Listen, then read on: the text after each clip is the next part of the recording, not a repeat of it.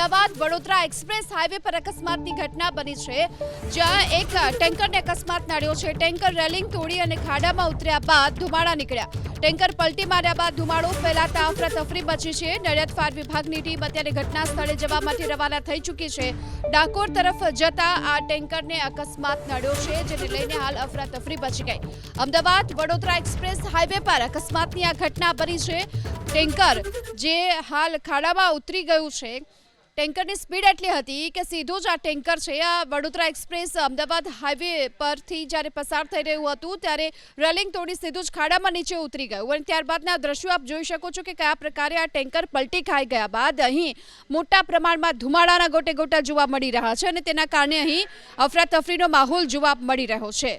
Vadodara express highway ઉપર અમદાવાદ તરફ જતું એક ટેન્કર જે છે તે ક્યાંક ને ક્યાંક રેલિંગ તોડી અને ખાઈમાં પડ્યું છે। કહી શકાય કે જે રીતના આ ટેન્કરમાં કેમિકલ ભર્યું હતું તે કેમિકલના ધુમાડા જે ગોટે ગોટા અહીંયા આગળ ઉડી રહ્યા છે।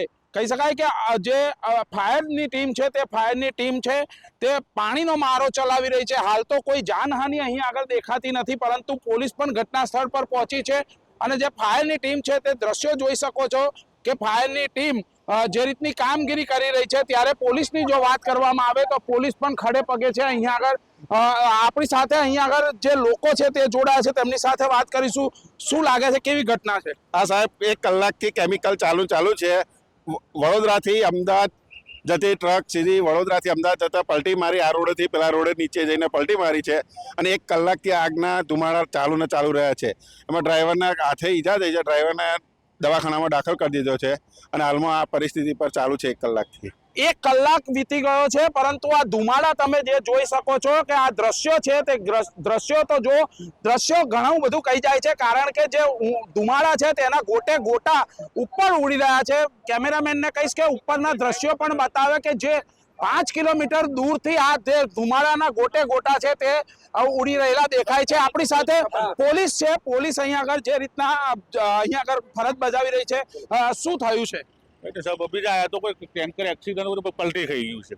કોઈ જાનહાનિ છે? ડ્રાઈવરને એકલો કંઈક વાગ્યું છે, હાથે કંઈક વાગ્યું છે, એવું જાણો। કેટલો સમય થયો? 10-15 મિનિટ જેવું ટાઈમ થયો છે। કહી શકાય કે ફાયરની ટીમ પણ હાજર છે। ફાયરની ટીમ જે રીતના પાણીનો મારો ચલાવી રહી છે, બતાવવા માંગીશ કે ફાયરની ટીમના તમામ જે લોકો છે, જે જવાનો છે તે અહીં આગળ કામગીરી કરી રહ્યા છે। ત્યારે મહત્વની વાત છે કે આ જે ધુમાડાના ગોટે ગોટા ફરી એક વખત બતાવવા માંગીશ કે જે રીતના જમીનમાંથી ધુમાડાના ગોટે ગોટા ઉડતા હોય તેવા દ્રશ્યો અહીં આગળ જોવા મળી રહ્યા છે। ફાયરની ટીમ જે છે તે કામગીરી કરી રહી છે। આપણે ફાયરની ટીમના જે જવાન છે તેમની સાથે વાત કરવાનો પ્રયત્ન કરીશું।